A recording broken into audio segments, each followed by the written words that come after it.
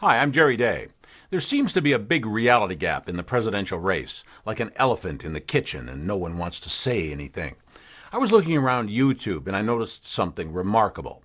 I'm going to show you some web data, and I think when I'm done, you'll agree that there is something dreadfully wrong with what the broadcast media has told us about the presidential race.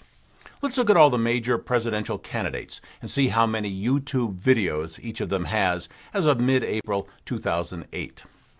John McCain has over 19,000 videos. Way to go, John. Oops, Hillary Clinton has over 72,000. Sorry, John. Oh my gosh, Barack Obama has almost 85,000 videos on YouTube. More than McCain or Hillary. Obama is the man. Wait a minute. Just for fun, let's look at Ron Paul. What? 117,000 videos? Ron Paul is by far the leading presidential candidate in YouTube videos with a margin of 37% over the next leading candidate? This seems absolutely crazy. If that was true, it would mean that mainstream media is not only ignorant of relative candidate popularity, they'd be deliberately suppressing Ron Paul against the other candidates in terms of their coverage. We need to go somewhere where there's better data. Google Trends, the lesser-known web search reporting site that Google doesn't publicize too much. But this baby is powerful. Just so you know how this works, put in any two search terms and you will instantly see a chart showing the relative web traffic comparing the two search terms all the way back to January 2004. Google Trends puts football in blue and basketball in red. This chart shows that football gets 2 to 4 times the web search volume that basketball does. And you can see the web searches surge every year in the logical seasonal patterns for both sports. Down here, it shows us the comparative tracking of news media hits on the two topics. You see similar seasonal patterns, but the media coverage rises more steadily towards the final playoffs, while the fan interest reacts more sharply around the times of the key games. So we'll get to the bottom of this Ron Paul thing right now. YouTube said that Ron Paul and Barack Obama were the two frontrunners. So let's see the chart on Google searches for those two. Ron Paul was twice as popular as Barack Obama from April through November of 2007. So YouTube was right on. It's not crazy. So how did Obama get this huge spike in December against Ron Paul? The chart below says that the mainstream news media gave Obama 8 or 10 times as much news coverage as they gave Ron Paul. When the media started their Obama love fest, Ron Paul was 3 times as popular as Obama. Relentless and lopsided media hammering for a few months manages to flip that. Notice that the media chart is squashed vertically. Obama's popularity went up about the same percent as his media coverage. But Ron Paul's internet popularity has consistently been 3 to 5 times greater than the amount of his news media coverage. We like him whether the media does or not, and that's not true of any of the other candidates. They are toast without their media coverage. Ron Paul's self-generated popularity is astronomically higher than Obama's. So here's what gives me the willies.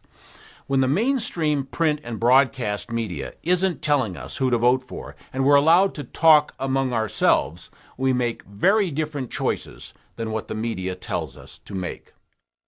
This chart clearly shows that the media has consistently underreported Ron Paul, but he remains massively popular on the internet anyway. So YouTube and Google, which operate independently, come up with the same answer. Ron Paul has achieved spectacular, superior popularity on the internet in spite of massive and inexplicable media suppression. Imagine what Ron Paul's popularity would be if the mainstream media treated him equally. Just for a last quick reality check, let's look at Ron Paul against the other candidates on Google searches. Here's Hillary Clinton in blue. Just like Obama, she trailed badly against Ron Paul through most of 2007 until the broadcast media put huge preferential push behind Clinton in December of that year as the media all but abandoned Ron Paul. Hillary Clinton's media coverage has been a little less than Obama's, and her popularity slipped below Obama in perfect synchronization with that difference in broadcast coverage. These charts are very accurate in tracking general popularity relative to media coverage, as you see exactly where Obama's blue line climbed past Hillary at the same general time here as he pulled ahead in the primaries. Most political polls, like Harris or Gallup, have a sample size of 2,000 or 3,000 a few times a year. Google searches are in the millions every day. Media polls can't touch this for accuracy. And obviously, looking at Ron Paul's actual popularity, bias plays a very large part in media polling. Media polls reported him in single digits, while he skyrocketed in popularity all over the web above all other candidates.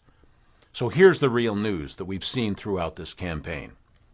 At the times when Ron Paul is vastly more popular than all other candidates, the major media does everything possible to bury him. The question is not whether, but who is controlling media content and why. Here's Ron Paul against John McCain. In the last two-thirds of 2007, Ron Paul slaughters McCain, even when McCain is supposedly making his comeback. McCain has barely managed by April of 2008 to edge out Ron Paul after having enjoyed many times the media coverage of Ron Paul for months on end. Throughout this presidential campaign, Ron Paul's internet popularity has been by far the highest relative to his media coverage compared to any other candidate. No one remotely approaches his self-generated popularity. What would explain Ron Paul's astounding success on the internet? Far more sensational yet when you correct for the broadcast media imbalance. It's what Ron Paul says. He's the only candidate who understands economics, who understands the war in Iraq, who understands the views and concerns of most Americans and is able to express the realities that so badly need expressing, while all the other candidates take meaningless rhetorical positions or no positions at all on the things that matter most. Go to YouTube, search for Ron Paul, click on a few videos, and you'll see why the corporate media is afraid of him. You'll see why the American public, at least the majority of the few 100 million on the internet, say that Ron Paul is the only decent choice we'll have in 2008. I'm Jerry Day, television producer in Burbank, California.